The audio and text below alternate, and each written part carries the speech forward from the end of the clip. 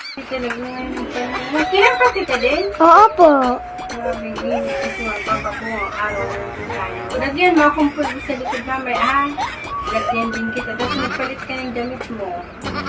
Tulog na tayo. Kanina, nag-online class dito yung mga classmate ni Kuya mo. Sana ako lang tulog sa sala pagtanghali kasi mas stress ko. Daddy! Oh, Ano bang ibig sabihin ng nagpapasalamat sa iyong isang tao? ibig sabihin, yung may nagawa kang kabutihan, Hindi ba masama yun? ba't magiging masama para nagpapasalamat lang? Bakit? Ano bang ginawa mo at panay pasalamat sa'yo? Niyaya niya kasi akong pumunta sa hotel. Pagkatapos, todo pasalamat sa akin. Ang sarap ka na sa pakiramdam pag nakatulong ka sa kapwa mo, ano? Ganun? Ha? Oo. Sumasama ka doon?